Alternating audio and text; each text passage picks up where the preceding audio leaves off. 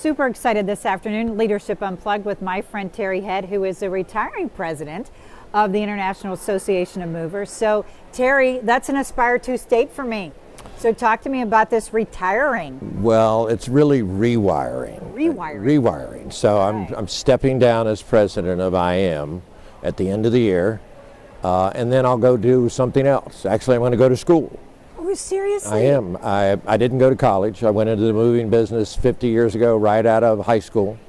Get out. I'm taking a course in executive and life coaching at George Mason University. Awesome. And then hopefully after I get my certification, I'll be able to do some mentoring and coaching in my industry, your industry, the association arena, as well as the hospitality arena. Oh, wow, that's quite a while. So you know what, you've given me a perfect lead off, because one of the things I feel a responsibility to is around sort of leadership. And I mean, that's our series, Leadership Unplugged. So tell me a little bit about what brought you to that place. Like, why did you decide you wanted to do this? I'm at a point in my life where it's not about getting, it's about giving. Yeah. I'll turn 70 at the end of the year. No way. Yeah, everybody says that. Yeah, I'm 70 years old. Get out, and you're going back to school. I'm going back to school at 70 years old. But it is about, my role as president really gives me a chance to mentor a lot of people, lead a lot of people. Obviously, I'm paid to lead.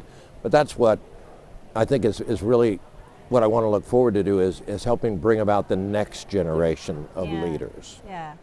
Not just within my association, but whatever walk of life I might come across, but certainly within my industry. I mean, the best thing about my job is I now have people on my board that are the grandchildren of people that I worked with when I started in this business 50 years ago. Wow. So I've seen these kids become leaders, not so much because of my involvement, but hopefully I've had some some plus about it. I'm sure you have had some plus. So tell me just a little bit then about, you obviously, to be the great executive and leader that you are, must have had somebody that sort of brought you along. And so I'm so curious around, what was the things that resonated with you? It's interesting. Looking back over my career, when I first started in the moving business, there were two guys that worked in the warehouse. Yeah. Taught me more about people and how to deal with people than anything I've ever done. And then I think as I went through my career, became a packer, a warehouseman, got into sales. You always had that top sales guy that you tried to mirror, and then into management. I would say, though, in the last 20 years while I've been at the association, it's been my board chairs that I've really have learned a lot from, have been my mentors. But there's other people within the industry that you kind of connect with and you draw on. I still today, even in working through my transitional arrangement with my association, have people reached out and said, what do you think about this? How should I approach this? So you never know it all. It's always good to get somebody else's opinion on something.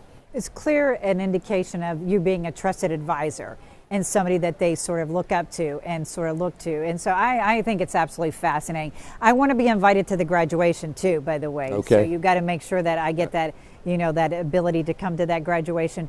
But I want to pivot just a little bit because, before we close, we're going through disruption, right? The industry is, arguably you could say the world is. And so as a great leader, somebody that has obviously seen a tremendous amount of disruption, what would you summarize? Give me 1 to 2 sentences or words that you would say, as somebody that has experienced this, you would pass along for this period of disruption. That's a good question. You got to listen before you can act.